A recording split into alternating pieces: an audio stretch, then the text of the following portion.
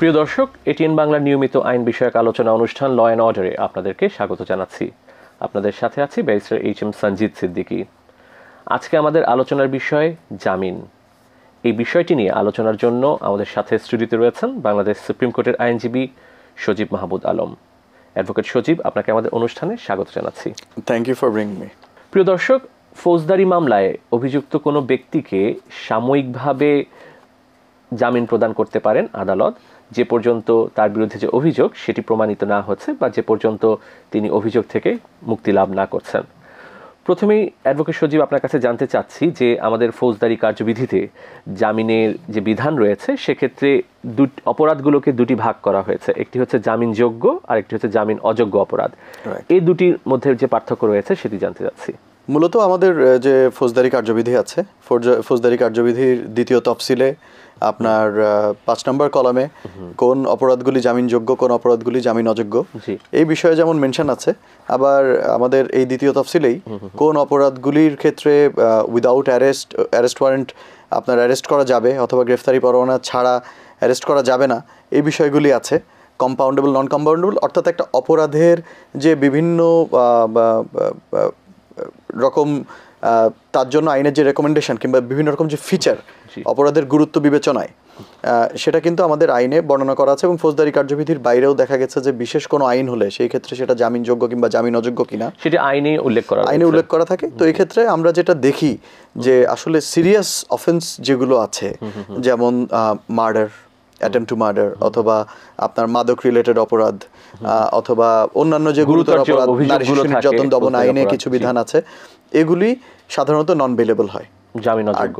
যেগুলো দেখা যাচ্ছে যে আপনার একটু গ্র্যাভিটি কম, অর্থাৎ আপনার দেখা যাচ্ছে যে অপরাধ তো অপরাধী, কিন্তু তারপরেও কিছু অপরাধ আছে যে যেমন দেখা গেছে যে টাকা পয়সা সংক্রান্ত অপরাধ, যেমন দেখা গেছে যে আপনার যেখানে আসলে কোনো রকম ফিজিক্যাল হার্ম করা হয়নি, কোনো গ্রিভিয়াস হার্ট নাই। তো এ ধরনের কিছু অফেন্সের গ্র্যাভিটি বিবেচনায় কিছু অফেন্সেস যেগুলো জামিনযোগ্য। এখন জামিনযোগ্যটা আমাদের যেটা ফৌজদারি কার্যবিধির 496 ধারে যেটা বলা আছে, যে এটা এমনভাবে বলা আছে যে শ্যাল শব্দটা ব্যবহার করা হয়েছে, অর্থাৎ bail is a matter of right, অর্থাৎ আপনাকে যদি জামিন বেলেবল অফেন্সের ক্ষেত্রে যদি আপনাকে অ্যারেস্ট করা হয় কিংবা আপনি যদি আদালতে আত্মসমর্পণ করেন, এক্ষেত্রে জামিনটা পাওয়া আপনার অধিকার। আপনি জানেন যে আমাদের ফৌজদারি আইনের একটা মূল নীতি হচ্ছে যে person is innocent until proven guilty, অর্থাৎ দোষী সাব্যস্ত না হওয়া পর্যন্ত একটা মানুষকে আপনার নির্দোষ বিবেচনা করতে হবে। তো সেক্ষেত্রে এই জামিনযোগ্য এবং জামিন অযোগ্য এই যে ক্লাসিফিকেশনটা, it comes into play. আর যে ক্ষেত্রে জামিন অযোগ্য আমরা বলি, এটার মানে এই না যে জামিন পাবে না। জামিন অযোগ্য অর্থাৎ এটা আদালতের ডিসক্রেশন, এখতিয়ার, it's up to the judicial discretion, যে based on the circumstances of the case, based on the matters on record, আদালতের সামনে যে নথিপত্র আছে, আসামি পক্ষ জামিনের ক্ষেত্রে তার আবেদনে যে ধরনের তথ্যপাত্র দিচ্ছে, সেটার উপর ভিত্তি করে যুক্তিসঙ্গত কারণে তাকে জামিন দেওয়া যায় কিনা। সেক্ষেত্রে আপনি যেটি বললেন যে আদালত চাইলে জামিন অযোগ্য অপরাধের ক্ষেত্রেও জামিন দিতে পারেন, এক্ষেত্রে আদালত কোন কোন বিষয়গুলো বিবেচনায় নিয়ে থাকে জামিন অযোগ্য অপরাধ হলে? জামিন অযোগ্য অপরাধের ক্ষেত্রে যখন আদালত জামিন প্রদান করবেন, তখন আদালত আসলে তার বিরুদ্ধে যে অভিযোগ, এটা যদি কমপ্লেন্ট কেস হয় তাহলে কমপ্লেন্ট পিটিশনটা প্রিডিউস করবেন। এটা যদি এফআইআর কেস হয়, থানার কেস হয়, তাহলে সেখানে এফআইআর এজাহারটা উনি বিবেচনা করবেন, যেখানে আসামির বিরুদ্ধে স্পেসিফিক অ্যালিগেশনটা আসলে কি, why is he accused of the crime, এবং সেখানে একাধিক আসামি আছে কিনা, এবং আরও কিছু বিষয় বিবেচনা করবেন, যেমন এই মামলায় অন্যান্য সহ আসামিরা জামিন আছেন কিনা, অন্য কেউ সেম ফুটিংয়ে জামিন পেয়েছেন কিনা। তারপরে আসামির যেমন পার্সোনাল কিছু গ্রাউন্ডস, যেটা আমাদের আইনে স্পেসিফিক মেনশন করা আছে, যেমন সে যদি 16 বছরের নিচে কোনো শিশু হয়, সে যদি কোনো মহিলা হয়, সে যদি সিক অথবা ইনফার্ম হয়, এমনকি এটাও বলা আছে যে জামিন অযোগ্য অপরাধের ভিতরে সবথেকে নিকৃষ্টতম এবং ঘৃণ্য অপরাধ ধরা হয় মার্ডারের ক্ষেত্রেও পর্যন্ত বলা আছে যে যদি 16 বছরের নিচে হয়, মহিলা হয় কিংবা সিক ইনফার্ম হয়, আদালত বেল কনসিডার করতে পারবেন। আমরা জানি যে আমাদের ফৌজদারি কার্যবিধির 167 ধারায় বলা আছে যে 120 দিনের মধ্যে তদন্ত কার্যক্রম শেষ করতে হয়। যদি কোনো ফৌজদারি মামলায় পুলিশ কর্তৃক যে তদন্ত প্রতিবেদন, এটি 120 দিনের মধ্যে যদি তদন্ত প্রতিবেদন দাখিল না করতে পারে বা তদন্ত শেষ না হয়, সেক্ষেত্রে কি আদালত জামিন প্রদান করতে পারেন?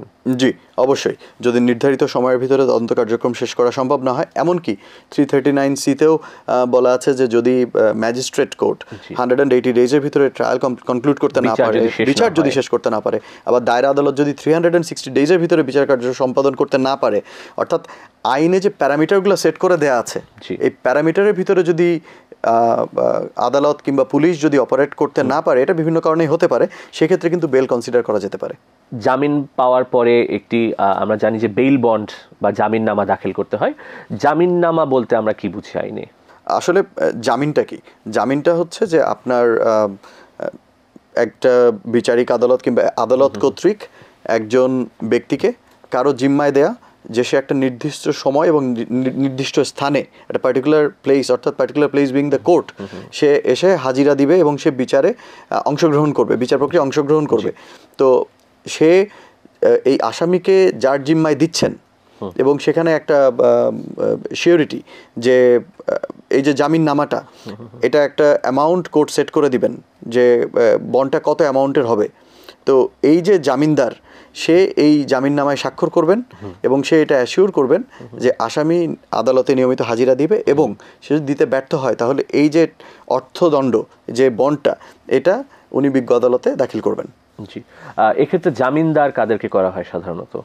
জামিনদার সাধারণত সমাজের গণ্যমান্য ব্যক্তি, আসামির নিকটাত্মীয়, পরিচিত, এমন কেউ যে যার জিম্মায় দিলে আদালতের রিজনেবল বিলিফ থাকবে কিংবা আদালত বিশ্বাস করবে যে তার জিম্মায় দিলে আসামি পলাতক হবে না, কিংবা এই জিম্মাদার হয়তো আসামিকে, এই জামিনদার আসামিকে ভবিষ্যতে আদালতে হাজির করবেন।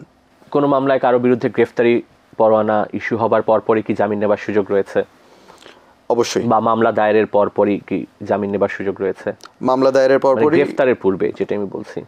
I understand. আচ্ছা, সো পুলিশ কাস্টাডিতে যাওয়ার আগেই আসামি যদি কোনোভাবে জানতে পারেন, যে কোনো নাগরিক যদি কোনোভাবে জানতে পারেন যে ওনার বিরুদ্ধে কোনো রকম কোনো মামলা হয়েছে, সেটা সিআর কেস হতে পারে, সেটা থানায় এফআইআর হতে পারে, এবং সেখানে তার বিরুদ্ধে গ্রেফতারি পরোয়ানা আছে, অথবা এফআইআর এর ক্ষেত্রে পুলিশ তো অ্যারেস্ট করতে পারে, সে কিন্তু তখন সংশ্লিষ্ট জুডিশিয়াল ম্যাজিস্ট্রেট কোর্টে, অথবা তার যদি মনে হয় যে না, আমার হয়তো আদালতে গেলে আমি আদালতে যাওয়ার পথে আমাকে হ্যারাস করা হতে পারে, আমাকে police if there is an apprehension of arrest, সে কিন্তু তখন আমাদের মাননীয় থানায় নির্যাতনের শিকার হতে পারেন বা যে কোনো বিভিন্ন রকম হ্যারাসমেন্টের শিকার হতে পারেন। আমরা তো অতীতে বাংলাদেশে দেখেছি যে আদালত পাড়া থেকেও আসলে একজন আসামি আদালতে গিয়েছেন জামিন নিতে, সেখান থেকেও তাকে পুলিশ ওত পেতে গ্রেফতার করে নিয়ে চলে আসছে আদালতের এলাকা থেকে। তো সেই ক্ষেত্রে সে কিন্তু আমাদের অনারেবল হাইকোর্ট ডিভিশন থেকে আগাম জামিনের জন্য চেষ্টা করতে পারেন। জি, আচ্ছা, আগাম জামিনের কথা বললেন, আগাম জামিন বিষয়টি একটু যদি আমাদের দর্শকদের উদ্দেশ্যে বলতেন।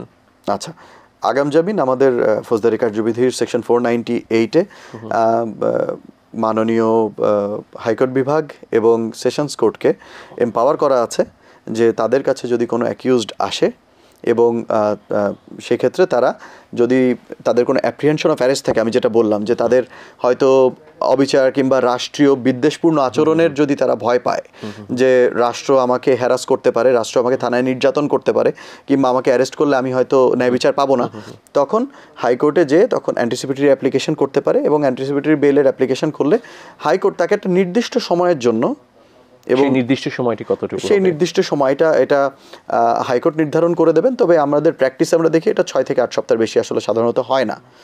অথবা হাইকোর্ট এটাও করতে পারে, অ্যান্টিসিপেটরি বেলের সময় কিন্তু আসামিকে একটা ডিরেকশন দিয়ে দিতে পারে যে আপনি এতদিনের ভিতরে, 1 সপ্তাহের ভিতরে কিংবা 2 সপ্তাহের ভিতরে নির্ধারিত আদালতে, সংশ্লিষ্ট আদালতে আপনি আত্মসমর্পণ করেন। আর এই আগাম জামিনের মানে এই না যে আপনি মামলায় পার্মানেন্ট কোনো বেল পেলেন কিংবা আপনাকে আর আদালতে যাওয়া লাগবে না, এটা শুধুমাত্র it's for a very limited time, এটা একটা স্পেশাল মেজার, এটা দেয়াই হয়েছে, এই বিধানটা আইনে আছে কিংবা এই প্র্যাকটিসটা আমাদের আছে টু এনশিওর যে আপনার কেউ যেন আনলফুলি হ্যারাস না হয়। জি, এটি সাময়িক সময়ের জন্য আদালত গ্রেফতারের পূর্বে একটি জামিন প্রদান করছেন। আপনি আগাম জামিনের কথা বলছেন, আগাম জামিন কি তাহলে আমরা সব মামলার ক্ষেত্রে কি আগাম জামিন নেওয়া সম্ভব বা আদালত আগাম জামিন প্রদান করতে পারেন? এ বিষয়ে কি কোনো দিক নির্দেশনা রয়েছে আমাদের আইনে? দেখেন, আমাদের আইনের যে বিধান সেটা হচ্ছে যে ধরেন অনেক সময় সিআর কেসে সমন দেওয়া হলো আসামিকে, কিন্তু সমনের ক্ষেত্রে দেখা যায় যে আমাদের মাননীয় হাইকোর্ট বিভাগ আগাম জামিন তারা দিতে চান না, কারণ সমন যখন হয় সেখানে আদালতে হাজির হওয়ার জন্য আসামির প্রতি একটা আদেশ থাকে এবং সেখানে অ্যাপ্রিহেনশন অফ অ্যারেস্ট থাকে না। তো অবশ্যই আপনার বিরুদ্ধে অ্যাপ্রিহেনশন অফ অ্যারেস্ট থাকতে হবে যে আমাকে যে কোনো সময় গ্রেফতার করা হতে পারে এবং আমাকে এই গ্রেফতার করলে আমি হয়তো ন্যায় বিচার বহির্ভূতভাবে আমাকে ট্রিট করা হবে, আনলফুলি ট্রিট করা হবে, এই জিনিসটাকে অ্যাভয়েড করার জন্য আমি আগাম জামিন নিচ্ছি। তবে এক্ষেত্রে ব্যারিস্টার সজীব, আমি জানতে চাচ্ছি যে যদি কোনো আসামির বিরুদ্ধে অভিযোগ খুব গুরুতর হয়ে থাকে সেক্ষেত্রে কি আদালত তাকে আগাম জামিন দিতে পারেন কিনা? আমি বলবো ইন মাই ওপিনিয়ন আগাম জামিনের বিষয়টা এটা উচ্চ আদালতের judicial ডিসক্রেশন, it's a matter of judicial ডিসক্রেশন। অবশ্যই উনি আগাম জামিন দিতে পারেন যত গুরুতরই অভিযোগ হোক, কারণ আমরা ওই যে বললাম fundamental principle of the law is a person is innocent until proven guilty. আপনার বিরুদ্ধে রাষ্ট্র কিংবা কোনো ব্যক্তি গুরুতর অভিযোগ আনতেই পারে, তবে সেক্ষেত্রে অতি গুরুতর যদি কোনো অভিযোগ হয় আদালত কিন্তু materials on record will be put under the microscope এবং খুব ক্লোজলি দেখবেন যেখানে স্পেসিফিক অ্যালিগেশনটা আছে কিনা, whether there is any reasonable apprehension for section 497 যেটা বলেছে যে রিজনেবল গ্রাউন্ডস টু বিলিভ আছে কিনা যে he has committed that grave offence, উনি মার্ডার করেছেন, এটা reasonable grounds materials on record দেখে যদি মনে হয় যে যুক্তিসঙ্গত কারণ আছে বিশ্বাস করার যে এই ব্যক্তি এই অপরাধটা করেছেন, সেক্ষেত্রে আদালত জামিন বিবেচনা করবেন না। সাধারণত অগ্রিম জামিন বা আগাম জামিনটি সমাজে যাদের ভালো অবস্থানে রয়েছেন শিক্ষার দিক থেকে বা চাকরির দিক থেকে তাদের ক্ষেত্রে এটি সাধারণত পূর্বে বিবেচনা করা হয়ে থাকে, কিন্তু এখন আমরা দেখছি আগাম জামিন সাধারণত অনেক মামলার ক্ষেত্রে এখন আগাম জামিন দেওয়া হচ্ছে। এটির বিষয়ে আপনার মতামত জানতে চাচ্ছি, কারণ এই আগাম জামিনটি কিন্তু আমাদের ফৌজদারি কার্যবিধির এই বিষয়ে কোনো সুনির্দিষ্ট বিধান নেই। আগাম জামিন এটি আদালত তার যে ডিসক্রিশনারি পাওয়ার বা আদালত 498 জামিন দেবার যে ক্ষমতা, এটির একটি ব্যাখ্যা দিয়ে কোর্ট আগাম জামিন প্রদান করছেন। এক্ষেত্রে কি যে কোনো মামলায় আগাম জামিন দেওয়াটা বা দেওয়াটা কতটুকু সমীচীন? এ ব্যাপারে আমার পার্সোনাল ওপিনিয়ন হচ্ছে যে আমরা over the span of last 20 to 30 years আমরা দেখেছি যে দেয়ার হ্যাজ বিন আপনার অ্যান ইনক্রিজ ইন এক্সিকিউটিভ ওভাররিচ, অর্থাৎ আমাদের যে নির্বাহী বিভাগ আছে, নির্বাহী বিভাগ হতে মামলা দায়ের করার কিংবা অতি উৎসাহী রাজনৈতিক হয়রানিমূলক এবং দেখা যাচ্ছে প্রতিহিংসামূলক মামলা সমাজের উচ্চবিত্ত কিংবা সমাজের একটা নির্দিষ্ট শ্রেণী পেশার মানুষের প্রভাবে থানা পুলিশ কিংবা নির্বাহী বিভাগ মামলা যে করার ব্যাপারে যে অতি উৎসাহী মনোভাব, এক্ষেত্রে নাগরিকদের নিরাপত্তা নিশ্চিতে উচ্চ আদালতকে কিন্তু আগাম জামিন দিতে হচ্ছে এবং এক্ষেত্রে তাদের ডিসক্রিশনটা ওয়াইডলি ইউজ করতে হচ্ছে। আরেকটা কথা হচ্ছে আমাদের যেহেতু এখন সবারই মোটামুটি জাতীয় পরিচয়পত্র আছে, সবাই নিবন্ধিত, সবার একটা স্থায়ী ঠিকানা নিবন্ধিত, সেক্ষেত্রে আদালতের ক্ষেত্রেও আগাম জামিন দেওয়াটা আগের থেকে আমি বলবো যে একটু সহজতর হয়েছে, কারণ প্রত্যেকটা আসামির আদালত কিন্তু এখন একটা আসামির আগাম জামিন দেওয়ার ক্ষেত্রে তার জাতীয় পরিচয়পত্র এবং জাতীয় পরিচয়পত্র নাম্বার দেওয়া বাধ্যতামূলক, তার একজন তদবিরকার লাগে, তার একজন নিকটাত্মীয় অথবা যে তার পক্ষে দরখাস্ত দায়ের করছে, তো সেক্ষেত্রে কিন্তু আসামি পলায়ন করলে কিংবা আসামি যদি উইটনেস ট্যাম্পারিং করে আদালত ইজিলি অ্যাকশন নিতে পারছে এবং এটাও একটা ডেটারেন্স যে আপনি আগাম জামিন পাচ্ছেন কিন্তু আপনার যেহেতু সব তথ্য আদালতের কাছে আছে, আর জামিন পাওয়া মানেই আপনার মুক্তি না। তো সেক্ষেত্রে আদালত এই ডিসক্রিশনটা ইউজ করতে পারে। আরেকটা জিনিস আমাদের উচ্চ আদালতের সিদ্ধান্ত বারবার এসেছে যে এই যে কাস্টডিতে রাখা, এটা কিন্তু কোনো পানিশমেন্ট না। পেন্ডিং ট্রায়াল কাস্টডিতে রেখে দেখা যায় যে অনেকের ক্ষেত্রে চার্জশিট দিতে দেরি হচ্ছে, অনেকে আসলে 2-3 বছর 5 বছর এমনকি আরও দীর্ঘ সময় ট্রায়ালের পরে বিচারের পরে দেখা যাচ্ছে যে তারা নির্দোষ ছিল এবং দেখা যাচ্ছে মেজরিটি অফ দ্য টাইম তারা কাস্টডিতে। তো সেই ক্ষেত্রে কিন্তু আদালত তার এই যে জুডিশিয়াল ডিসক্রিশন শুধু আগাম জামিনের ক্ষেত্রে না, জামিনের ক্ষেত্রেও ব্যবহার করতে পারেন। আদালত জামিন প্রদানের ক্ষেত্রে চাইলে শর্ত দিয়ে দিতে পারেন। এই শর্তগুলো কি কি হতে পারে? সাধারণত মোস্ট কমন শর্ত হচ্ছে যে আসামি বেল বন্ড ফার্নিশ করবে, আসামি নিয়মিত আদালতে হাজিরা দিবে, সে ট্রায়ালে টেক পার্ট করবে, সে উইটনেস ট্যাম্পারিং করবে না, উইটনেসদের সাথে সে কখনো আপনার সাক্ষীদেরকে ভয়ভীতি দেখাবে না কিংবা সাক্ষীদেরকে প্রভাবিত করার চেষ্টা করবে না, তদন্তকারী যিনি কর্মকর্তা রয়েছেন তাকে ভয়ভীতি বা প্রভাবিত করানো প্রভাবিত করার চেষ্টা করবেন না, এমনকি তদন্ত কাজে সহযোগিতা করবে এই শর্ত আদালত দিতে পারেন। আবার আমরা অনেক সময় দেখি আসামি পক্ষ কিন্তু নিজের উপরে অনেক শর্ত নিয়ে নেয়। আসামি পক্ষ এফিডেভিট করে কিংবা কোনো রকম আপনার ডিক্লারেশন দিয়ে আদালতের কাছ থেকে শর্ত নিয়ে নেয়, যেমন অনেকে আপোষের শর্তে জামিন নেয়। আদালত কিন্তু আপোষের শর্তটা ইয়ে করে না, আসামির উপর চাপিয়ে দেয় না। অনেকে আসামি বলে যে আমাকে জামিন যদি দেয়া হয় আমি আপোষ করে মামলার বিষয়টা, যে ক্ষেত্রে দেখা যাচ্ছে যে আমাদের ওই যে সিআরপিসির সেকেন্ড শিডিউলে যে অপরাধগুলি কম্পাউন্ডেবল, দেখা যাচ্ছে যে সেখানে আপোষযোগ্য অপরাধের ক্ষেত্রে আসামি কিন্তু আপোষের শর্তেও জামিন নিতে পারে। জি, কোনো ব্যক্তিকে জামিন প্রদান করা হলেও তিনি যদি জামিনের যে শর্ত এগুলো যদি লঙ্ঘন করেন বা জামিনের অপব্যবহার করেন, সেক্ষেত্রে আদালতের কি করণীয় রয়েছে? অবশ্যই যদি কোনো ব্যক্তি আদালতের দেয়া কোনো শর্ত ভঙ্গ করে, সেক্ষেত্রে জামিনের অপব্যবহার, জামিনের যদি একই অপরাধে যদি জড়িয়ে পড়েন, অবশ্যই সেক্ষেত্রে তার জামিন বাতিল করে দিতে পারে। এ বিষয়ে কি প্রক্রিয়া রয়েছে আইনে? এ বিষয়ে প্রক্রিয়া রয়েছে, এটা আদালতের দৃষ্টিগোচরে আনতে পারে যে তদন্তকারী কর্মকর্তা, সে সংশ্লিষ্ট জিআর শাখা মাধ্যমে বাদী সে দরখাস্ত দিতে পারে, জামিন বাতিলের দরখাস্ত দিতে পারে এবং সে তথ্যপাত্র আদালতের সামনে দায়ের করতে পারে। যেমন বাদীরা অনেক সময় যেটা করে যে জামিনপ্রাপ্ত ব্যক্তি যদি তাদের সাথে যোগাযোগ করে কিংবা কোনো রকম হয়রানি করার চেষ্টা করে, তারা কিন্তু থানায় অভিযোগ অথবা একটা জিডি দায়ের করে এই জিডির কপি বিজ্ঞ আদালতে দিলে বিজ্ঞ আদালত যদি সন্তুষ্ট হয় যে আসামি আসলে তার জামিনের শর্ত ভঙ্গ করেছেন, তখন কিন্তু তাকে আবার তার জামিন বাতিল করে তাকে কাস্টডি ওয়ারেন্ট মারফত আবার কাস্টডিতে প্রেরণ করতে পারেন। জি, যখন কোনো অভিযুক্ত ব্যক্তি ফৌজদারি মামলায় হাজতে আছেন বা কারাবাসে আছেন, তখন যদি তার নিকটতম কোনো আত্মীয়, বাবা মা যদি মৃত্যুবরণ করেন, আমরা দেখেছি যে প্যারোলে তাকে মুক্তি দেওয়া হয়। এই বিষয়ে আমাদের আইনে কি আছে, কি বলা হয়েছে? প্যারোলের বিষয়ে আসলে আমাদের যেটা কোড অফ ক্রিমিনাল প্রসিডিউর, এখানে কিছু বলা নেই।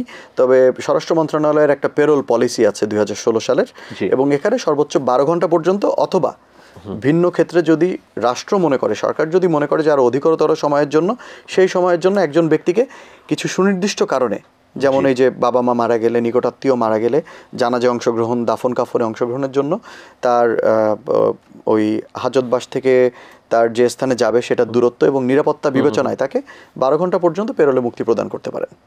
আমরা দেখে থাকি যে অনেক ক্ষেত্রে ফৌজদারি মামলায় শিশুরা অভিযুক্ত হয়।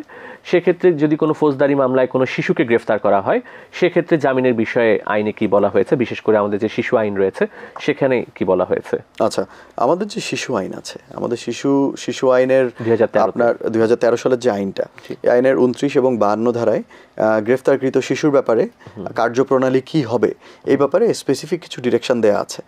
যেমন একটা গ্রেফতারকৃত শিশু, তাকে কিন্তু যেমন আমরা অন্যান্য ক্ষেত্রে অ্যাডাল্ট যারা ক্রিমিনাল আছে কিংবা অ্যাডাল্ট যারা অ্যাকিউজড আছে, অ্যাডাল্টদের ক্ষেত্রে আমরা দেখি যে একজন অ্যাডাল্ট অ্যারেস্টি তাকে আপনার 24 ঘন্টার ভিতরে আদালতে পেশ করতে হয়। এবং আমাদের সিআরপিসিতে একটা অপশন আছে যে তাকে চাইলে পুলিশও জামিন দিতে পারে, যদিও এটা আমাদের প্র্যাকটিসে নাই। শিশুদের ক্ষেত্রে যেটা আছে, শিশুদের ক্ষেত্রে বাবা মা অথবা প্যারেন্টস গার্ডিয়ান অথবা প্রবেশন অফিসার তাদের কাছে যেমন দিতে পারে, শিশু কর্মকর্তার কাছে যেমন দিতে পারে তাদের জিম্মায়, আবার শিশুর নিজের মুচলেখাতেও দিতে পারে। এখানে কি ডিফারেন্স যেটা, সেটা হচ্ছে যে এখানে জামিন যোগ্য নাকি জামিন অযোগ্য এই বিষয়টা বিবেচনায় নেওয়ার দরকার নাই। আবার এই যে সিকিউরিটি ফার্নিশ করতে পারবে কিনা, মুচলেখা দিতে পারবে কি পারবে না, আপনার জামানত দিতে পারবে কি পারবে না, এটারও ক্ষেত্রে অনেকটা বড় একটা ডিসক্রিপশন দেওয়া হয়েছে। আপনার পুলিশ কর্মকর্তা, যিনি শিশু বিষয়ক পুলিশ কর্মকর্তা থাকবে থানায়, ওনার হাতে। আর যদি এভাবে শিশুকে মুক্তি দেওয়া সম্ভব না হয় বিকল্প পন্থায়, তাহলে এই শিশুকে 24 ঘন্টার ভিতরে নিকটস্থ শিশু আদালতে প্রেরণ করতে হবে। এবং সেক্ষেত্রে শিশু আদালত যদি সমীচীন মনে করে, এবং এখানে আইনের যে বিধান আছে এমনভাবে ডিজাইন করা যে আদালত সর্বোচ্চ চেষ্টা করবে যে শিশুকে তার বাবা মার জিম্মা অথবা তার অভিভাবকের জিম্মায় জামিন প্রদান করা যায় কিনা। যদি সেটা সম্ভব না হয়, তখন তাকে শিশু উন্নয়ন কেন্দ্র অথবা অন্যান্য সরকারি যে প্রতিষ্ঠান আছে সেফ কাস্টাডি, সেখানে প্রেরণ করতে পারে। জি, আমরা অনেক ক্ষেত্রে দেখে থাকি যে ফৌজদারি মামলায় গ্রেফতারকৃত কোনো ব্যক্তি বা ধৃত কোনো ব্যক্তিকে ম্যাজিস্ট্রেট কোর্টে যখন উপস্থাপন করা হয়, পুলিশ তার রিমান্ডের জন্য আবেদন করেন। রিমান্ডে যখন কোনো ব্যক্তিকে রিমান্ডে নেওয়া হয়েছে, তখন কি তার জামিনের আবেদনের কোনো সুযোগ আছে কিনা, এবং ম্যাজিস্ট্রেট কোর্ট যদি একবার জামিন না মঞ্জুর করেন, পরবর্তীতে তার জামিন চাওয়ার কি সুযোগ রয়েছে বা কিভাবে তিনি জামিন চেতে পারেন? আচ্ছা, আহ, আহ, আমি আপনার প্রশ্নটা এভাবে অ্যাড্রেস করব যে আমাদের আসলে আইনে জামিন কতবার চাওয়া যাবে কিংবা বারবার চাওয়া যাবে কিনা এই ব্যাপারে কোনো বিধিনিষেধ নেই। তবে জুডিশিয়াল প্র্যাকটিস এবং আমাদের প্র্যাকটিস হচ্ছে যে আপনি একই গ্রাউন্ডে তো বারবার জামিন চাইতে পারবেন না, কারণ একটা ব্যাপার একবার ডিসাইডেড হয়ে গেলে আপনার কিন্তু সেটা আপনি যদি সাবসিকুয়েন্টলি একই গ্রাউন্ডে আসেন সেখানে জামিন নামঞ্জুর হওয়ার চান্সটাই বেশি। আর আপনার দেখা যায় যে অপরাধের যে গুরুত্ব বিবেচনায় একটা আমরা অনেক সময় বলি যে একটা নির্ধারিত কাস্টাডি টাইমের পরে একটা দেখা গেছে মাদকের মামলায় কোর্টে কিছু প্র্যাকটিস আছে যে একটা সার্টেন অ্যামাউন্টের মাদক নিয়ে আপনি ধরা পড়েছেন, আপনাকে একটা নির্দিষ্ট সময়ের আগে কিন্তু আদালত সাধারণত জামিন দেবেন না। আপনাকে ওই সময়ের পরে যদি আপনি আসেন আপনার হয়তো একই গ্রাউন্ডে আদালত জামিন দেবেন, তবে প্র্যাকটিস হচ্ছে যে আপনাকে নতুন গ্রাউন্ড নিয়ে আসতে হবে। তবে যদি ম্যাজিস্ট্রেট কোর্ট জামিন নামঞ্জুর করে উচ্চতর আদালতে যাওয়ার সুযোগ রয়েছে। ম্যাজিস্ট্রেট কোর্ট জামিন নামঞ্জুর করলে আপনি সেখান থেকে দায়রা আদালতে যেতে পারেন। দায়রা আদালতে আপনি ফৌজদারি বিবিধ মামলা, যেটাকে আমরা বলি ক্রিমিনাল মিসলেনিয়াস কেস, এটা করে আপনি জামিন আবেদন করতে পারেন, অথবা আপনি উচ্চ আদালতে যেও জামিন আবেদন করতে পারেন দায়রা আদালত যদি জামিন না দেয়। আর যে মামলাগুলি দায়রা আদালতে নিষ্পত্তি হচ্ছে কিংবা বিচার্য সেই মামলাগুলিতে আপনি হাইকোর্টে যাবেন। আবার অনেক ক্ষেত্রে দেখা যাচ্ছে যে বিশেষ কিছু আইন আছে, যেমন নারী শিশু নির্যাতন দমন ট্রাইব্যুনাল, এক্ষেত্রে কিন্তু আপনার 28 ধারার যে আপিলের বিধান আছে, আপনি যদি ট্রাইব্যুনাল আপনাকে বেল না দেয় আপনি রিজেকশন অর্ডারের এগেনস্টে আপিল করেও হাইকোর্টে যেয়ে জামিন নিতে পাচ্ছেন। অর্থাৎ আমাদের যে আইনটা কিন্তু ডিজাইন করা হয়েছে যে যে যার বিরুদ্ধে অপরাধের অভিযোগ কিংবা যে অভিযুক্ত ব্যক্তি সেই নাগরিকের অধিকার যেন সর্বোচ্চভাবে নিশ্চিত করা যায়। ব্যারিস্টার সজীব, সংক্ষিপ্তভাবে জানতে চাচ্ছি আজকে যে দণ্ডিত কোনো ব্যক্তি বা সাজাপ্রাপ্ত কোনো ব্যক্তির কি জামিন পাওয়ার সুযোগ রয়েছে কিনা? অবশ্যই সাজাপ্রাপ্ত ব্যক্তি সে যদি জামিনযোগ্য মামলায়, অর্থাৎ দেখা যাচ্ছে যে তার সাজা 2 বছরের কম, সেক্ষেত্রে যে আদালত তাকে সাজা দিল সেই আদালত থেকেই উনি জামিনটা নিতে পাচ্ছেন আপিলের শর্তে। আবার ওনার যদি সাজার মেয়াদ বেশি হয় তখন উনি যে আদালতে আপিল করবেন আপিল আদালতে উনি আপিল দায়েরের শর্তে জামিন নিতে পারছেন। মানে আপিল নিষ্পত্তি না হওয়া পর্যন্ত আপিল দায়ের করে আপিল নিষ্পত্তি না হওয়ার শর্তে আপিল যতদিন নিষ্পত্তি না হচ্ছে অন্তর্বর্তীকালীন সময়টা সেই আদালত থেকে উনি, এটাকে আমরা বলি বেইল পেন্ডিং আপিল। জি, ব্যারিস্টার সজীব, আপনাকে অনেক ধন্যবাদ স্টুডিওতে এসে আমাদেরকে সময় দেওয়ার জন্য। থ্যাংক ইউ, আপনাকেও ধন্যবাদ। প্রিয় দর্শক, আমরা অনুষ্ঠানের শেষ পর্যায়ে চলে এসেছি। আপনাদের মূল্যবান মতামত বা পরামর্শ আমাদের কাছে চিঠি লিখে জানাতে পারেন এই ঠিকানায়। পরিচালক, law and order, ATN Bangla, ওয়াসা ভবন, 2য় তলা, 98 কাজী নজরুল ইসলাম অ্যাভিনিউ, কারওয়ান বাজার, ঢাকা 1215। তাছাড়া আমাদের কাছে ইমেল করতে পারেন l.orderatn@gmail.com। আগামী পর্বে আইনের নতুন কোনো বিষয় নিয়ে নতুন কোনো অতিথির সাথে আপনাদের সামনে উপস্থিত হচ্ছি। সে পর্যন্ত ভালো থাকুন। খোদা হাফেজ।